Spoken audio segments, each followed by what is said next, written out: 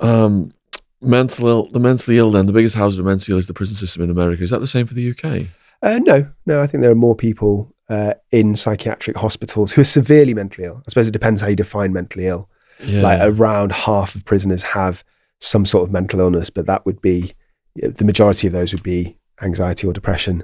So I'm not trying to detract from those mental illnesses, but I'm talking about need hospital kind of that level of illness. Yeah. There are more in psychiatric hospitals, definitely. So let's just take a break from all of the cases a second, just go over some of the terminology. Sure. I think people need a break after hearing all those stories.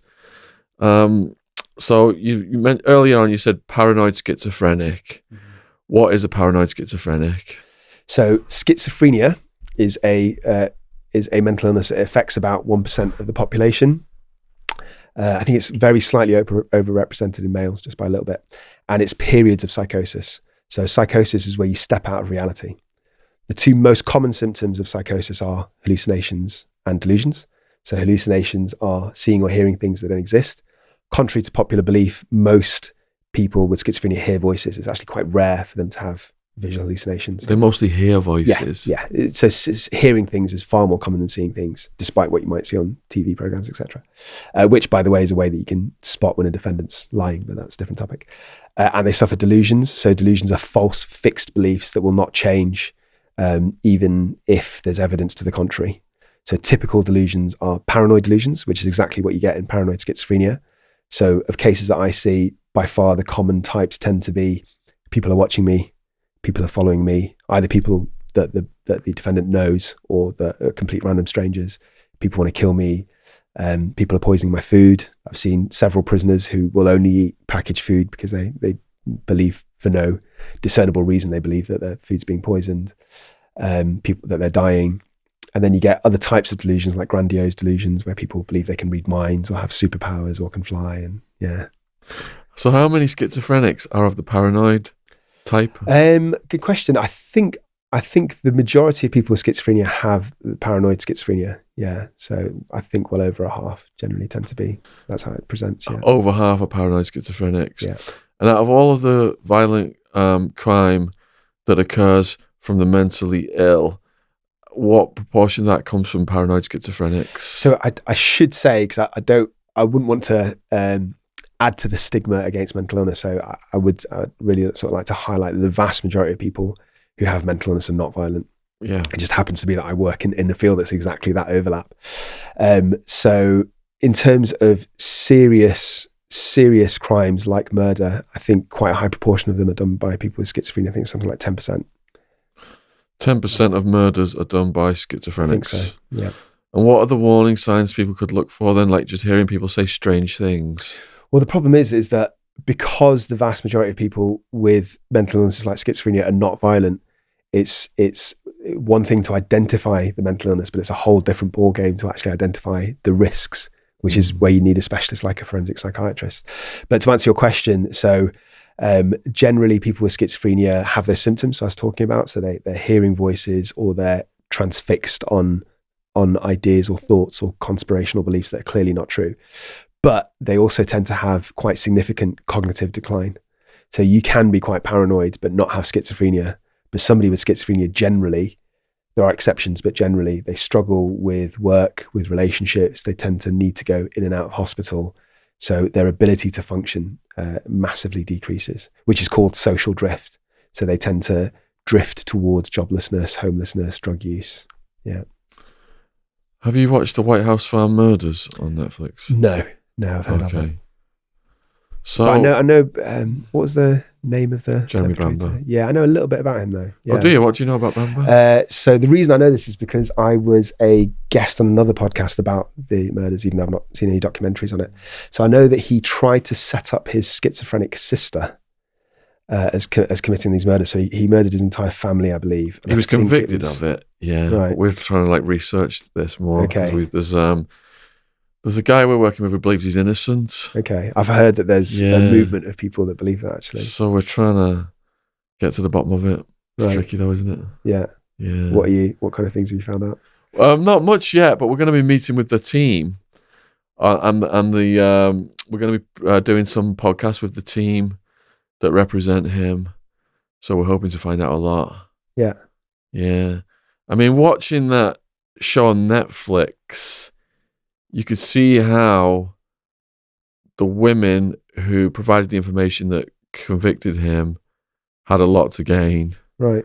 The cousin, basically, everything he was going to inherit went to her. Okay. And his girlfriend had already sold a story to the News of the World for tens of thousands. Right. Okay, I didn't know that. Yeah. So there's a lot to it. Even though that show made him look guilty, from my experience in the justice system, there was a lot of red flags. Yeah. Yeah.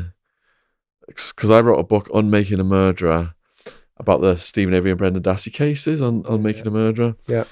And there's 10 things that always reoccur when there's no physical evidence as to how they convict people. Yeah. And I saw a lot of that reoccurring in his case. So definitely something we want to look at much stronger. Yeah. Okay. Again, if you need any sound bites, I'll do my research. Yeah. I'll find out about his case. Okay. Yeah. Thanks. All right. So, is there a mental disorder then that is more prolific in murder than schizophrenia? Yes. So personality disorder. Yeah. Personality disorders. Yeah.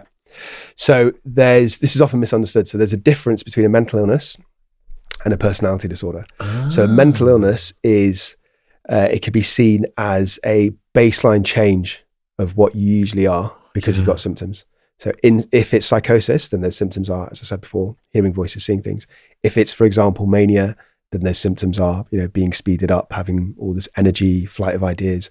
If it's something like depression, as I'm sure you know, low mood, lack of energy, etc. Whereas a personality disorder is entrenched in you. So if you've got a personality disorder, it means that your character traits are flawed by definition. So it's part of you. It's related to, your upbringing, your experiences, etc. So I should say I've made videos on personality disorders and I've got quite a bit of backlash because they are quite a contentious diagnosis. And some people who are diagnosed feel that they're labeled as troublemakers. And I can understand where that comes from because I've certainly seen in my career doctors and nurses who say that's just PD, that's just personality disorder, which I take to mean that they're just causing trouble for the sake of it. They know what they're doing. They're not hearing voices, for example. So I agree with that. It is a contentious diagnosis, but the definition of a personality disorder is that your personality traits are flawed. So when it comes to violence, by far the most common personality disorder is antisocial personality disorder. So people that have this disorder tend to not care about the rights of other people. They treat people with like this callous indifference. They don't care about them. They don't care about following the law. They don't really learn from their mistakes. So even if they get punished, even if they get sent to prison, they never really change. I'm sure through your experience in prison, you must have met a lot of people with this kind of disorder. Would you say that they are also overlap with psychopaths? Yes, absolutely. So psychopaths is like antisocial personality disorder plus.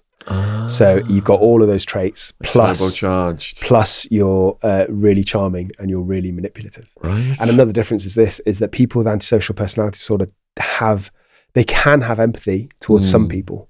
So you can go out in the streets, be a thug, be a drug dealer, beat people up, but you still love your mum, you still love your family. Yeah. Whereas a true psychopath, of which I've worked with a few, have no empathy for anybody. So they can still be in a marriage, they might have kids, but they deep down to their core, they only really care about themselves, and they only really see other people as an opportunity to manipulate, to get something from.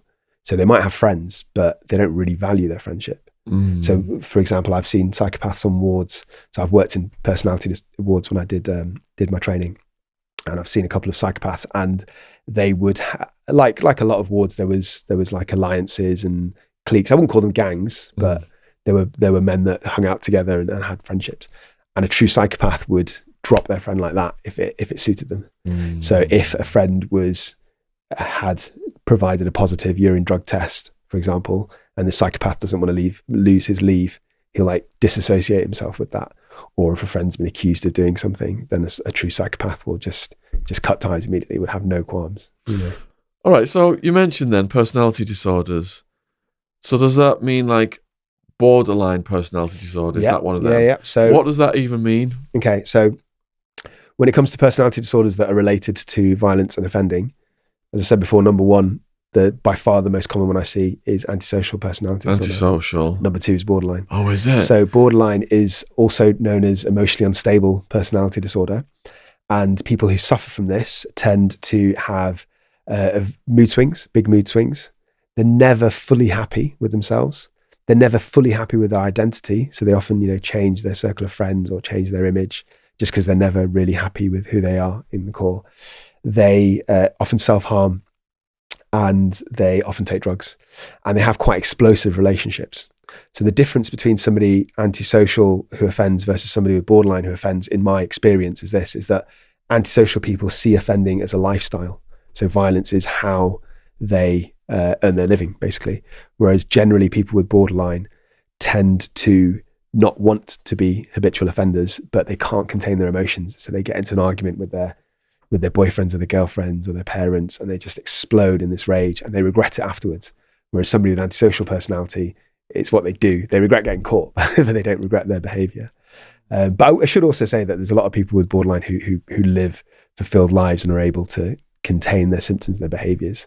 I'm not saying that everybody with this disorder is aggressive or violent. It's just the people that I tend to see.